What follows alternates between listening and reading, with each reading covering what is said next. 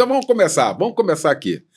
Qual a situação do Brasil, economicamente falando, hoje, hein, pastor Níger? O Brasil hoje, meu pastor, eu vou usar algumas analogias para tentar ajudar, né? A analogia do futebol que todo mundo conhece, né? O Brasil hoje seria aquele time que está lutando para não ser rebaixado. Olha isso, gente. Ele provavelmente não será, não vai ficar lá nos quatro lá, do rebaixamento. Mas ele está ali lutando. É aquele time que tenta se organizar para não levar gol, mas está com problema no meio de campo, está com problema no ataque. Por quê?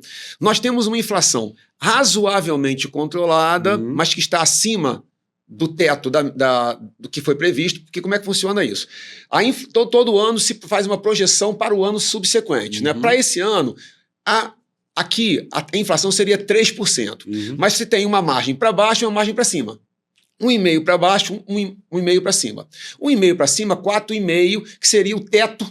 Né? O teto. Só que nós estamos um pouquinho acima, mas nada descontrolado. Mas estamos com alguns problemas, sobretudo na área fiscal do governo, que é o chamado superávit fiscal. Para o pessoal não ficar achando que a gente está numa sopinha de letrinha aqui agora, é a continha de casa de todo mundo. Você não pode ir lá no mercado e comprar se você não tem o dinheiro.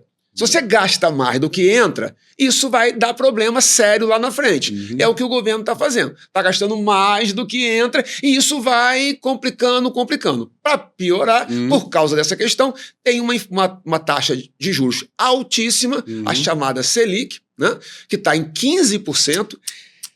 Isso afeta... O pessoal fala assim, mas eu não me preocupo com isso, porque eu não estou... Não é verdade. Isso afeta tudo. Isso afeta toda a economia do país, de forma que fica tudo muito complicado. Então a gente, numa linguagem bem simples, é esse time que está lutando, acho que não vai ser rebaixado esse ano, mas está correndo um risco danado. É mesmo, pastor Níger? Rapaz, uma taxa Selic, aliás, nunca chegou na história. Não é? Não. E por que tem que se aumentar essa taxa? É para evitar a evasão, a saída de alguma coisa, para travar alguma coisa? Porque a questão é a seguinte... o conceito de inflação. O que é inflação? Inflação é o aumento generalizado de preço. Isso é calculado em função de uma cesta pré-determinada pelo governo, que é verificada em várias capitais do Brasil. Começa lá do Pará, vem descendo, passa aqui para o Rio de Janeiro, vai até o Sul. Então você tem essa cesta que é baseada numa família que ganha de um salário mínimo até uma família que ganha 40 salários mínimos. Essa cesta é que determina a inflação, do primeiro dia do mês até o dia 30 do mês. Né? Qual é a principal política de controle da inflação no Brasil? É a taxa Selic, que é uma taxa que o Banco Central propõe, né? Isso não é imposto, isso não é um decreto, ele propõe, né, que vai reger todos os juros no Brasil inteiro. Mas no Brasil inteiro. Então, o que ele faz? Ele aumenta a Selic para diminuir o consumo. Porque se diminui o consumo, vai comprar menos caneca. Vai comprar menos caneca, qual é a tendência? O preço... Ele baixa. Se tem muita gente querendo comprar caneca, oferta e demanda. O preço sobe, não tem jeito. Você tem 300 pessoas querendo comprar sua caneca. Óbvio que você começa... Opa, por que eu vou vender por 5? Vou vender por 7. Perfeito. Mas se não tem ninguém, você tem o quê? Você tem que ir... Você tem que segurar, senão você não vende. Então a taxa Selic ela faz isso, só que ela faz um efeito perverso, porque ela trava a economia e aí empréstimos hoje no Brasil... Assim, é loucura, simplesmente você não consegue pagar, porque a taxa Selic ela é a taxa básica, ela é o mínimo. Então o 15% é o mínimo. Você vai fazer um empréstimo, você vai pagar muito mais do que isso. Olha e aí se torna impagável, realmente se torna impagável, porque não aguenta. Com a taxa é ótimo para quem quer investir. Para uma parte. Para uma parte, só que prejudica também o quê? Toda uma área dos empreendedores, do empreendimento. Porque por que você vai pegar esse dinheiro seu que está lá e vai arriscar num negócio se você pode colocar lá e ele vai trabalhar sozinho para você numa taxa Selic de 15%? Perfeito. Então você vê, a economia, pastor Eliel e amados, ela é como um organismo vivo. Aqui é que está o detalhe dela.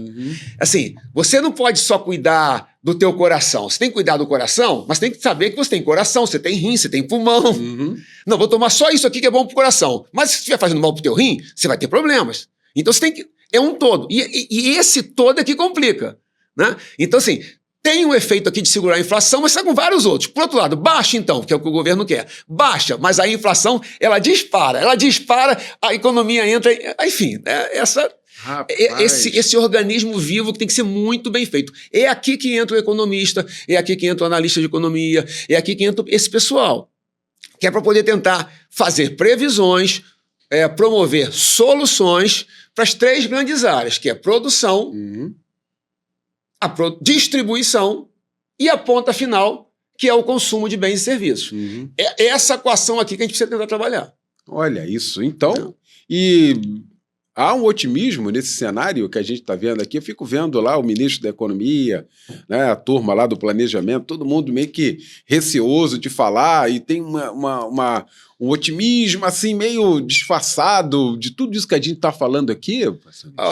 O próprio, saiu uma pesquisa agora, não lembro qual foi o órgão, que mais de quase 60% dos brasileiros estão pessimistas com a economia. Eu, inclusive, aqui na minha área, eu tenho dificuldade de ter otimismo com o momento atual do Brasil, por causa de todo esse contexto, pastor, por causa de toda essa visão econômica da política econômica do governo atual. E aqui não tem nada de política. Perfeito. É uma análise... É partidário aqui, não tem nada a ver com isso. É uma análise, enfim, econômica.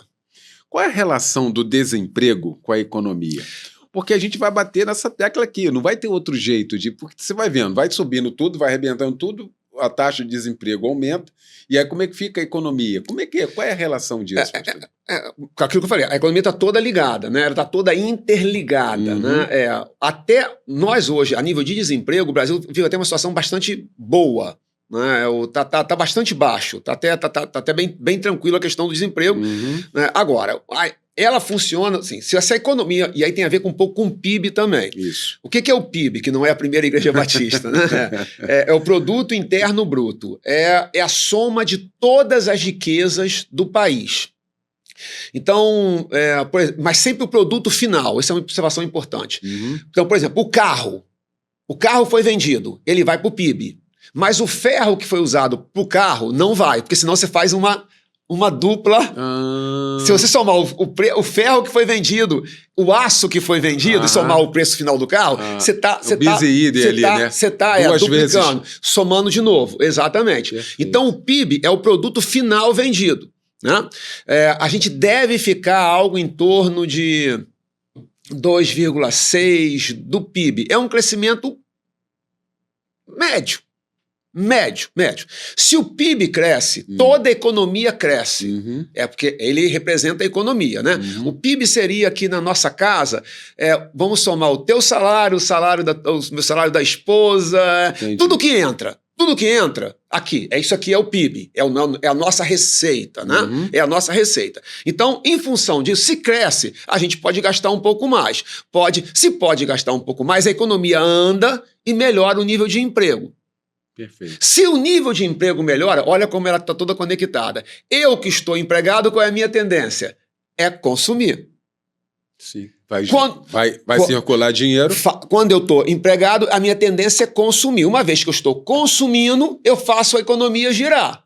E a tendência é ela ir numa questão de um círculo virtuoso. O inverso também. Mais pessoas desempregadas, você vai fazendo com que a economia ela tenha mais dificuldade, toda ela vai entrando num processo de um círculo vicioso. Mas tem algo que no Brasil vale a pena falar com relação ao emprego, que é os chamados nem-nem, os desiludidos.